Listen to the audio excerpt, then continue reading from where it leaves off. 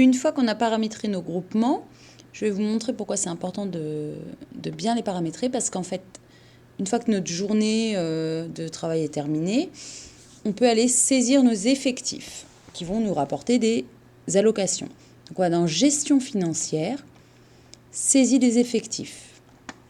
Je suis au 19 mai. Là, vous voyez que notre interface, il est un petit peu pollué par nos indemnités qu'on n'a pas désactivées. L'IS fête, l'IS 3 forfaitaire, l'IS commando. Donc avant de saisir nos effectifs, moi je vais aller désactiver ces indemnités parce qu'elles m'embêtent.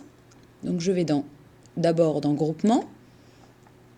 Hop, sur mon ordinaire, je vais aller indemnités supplémentaires. Je vais aller, hop, ils ont déjà des dates de fin. Donc là, normalement, on est bien. Je vais dans indemnités supplémentaires, environnement, indemnités supplémentaires, mise à jour des indemnités supplémentaires. Je fais ma recherche. Je prends la première là. Je vais la désactiver. IS active, je vais mettre non. Alors c'est un petit peu fastidieux. Normalement, quand vous allez arriver dans vos unités, où comme je vous disais tout à l'heure, la base de données a déjà travaillé, a déjà vécu, vous n'aurez pas à faire ça. Maintenant, on n'est pas à l'abri que la réglementation évolue et qu'il y ait une indemnité qui soit supprimée ou qui change.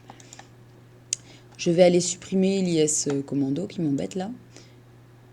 IS active, je mets non et je valide. OK.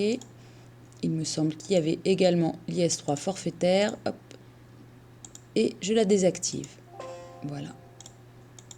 Maintenant, je vais pouvoir aller saisir mes effectifs. Gestion financière, saisie des effectifs. Et là, on remarque que mes indemnités qui me polluaient là ont disparu.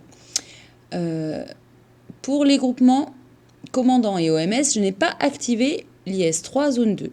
Attention, cette IS3, elle est valable pour tout le monde. Elle est valable pour l'ensemble de l'équipage.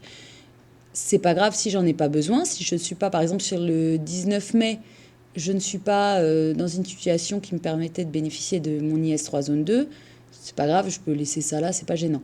Je vais saisir mes effectifs. Par exemple, j'ai, j'en sais rien, les 25 équipages. Dans ordinaire, je vais saisir 25 équipages. J'ai le droit à l'IS2 parce que j'ai fait plus de 8 heures de mer. Je reporte mon chiffre. Hop, là. Là, je n'ai pas le droit à l'IS3 zone 2. Donc, je ne mets pas de chiffre. J'ai, mettons par exemple, 8 officiers à bord. Ils me font également bénéficier de l'IS2. Bim. Et j'ai, j'en sais rien, 15 OM, OMS. Hop. Et voilà. J'ai donc saisi mes effectifs. Je valide. Je confirme. Si on s'est trompé dans les effectifs ou si on les a saisis trop tôt et qu'il y a une évolution dans notre cahier de mouvement des rationnaires, ça n'est pas grave. Nos effectifs peuvent être modifiés même quand nos journées sont clôturées. Mise à jour des effectifs ou alors rectification des effectifs après clôture. Là, par exemple, hop, je vais aller modifier mes effectifs du 18, je peux le faire. Ce qui ne peut pas être modifié, c'est le régime. Attention, une fois que votre journée est clôturée, le régime que vous avez paramétré ne peut plus être modifié. Si vous avez fait une erreur sur le régime et que vous vous en rendez compte 3-4 jours après, vous allez être obligé de restaurer votre sauvegarde et de recommencer tout votre travail de saisie, de recettes, de dépenses, de gestion des avoirs, de saisie des effectifs, jusqu'à la date sur laquelle vous devez travailler.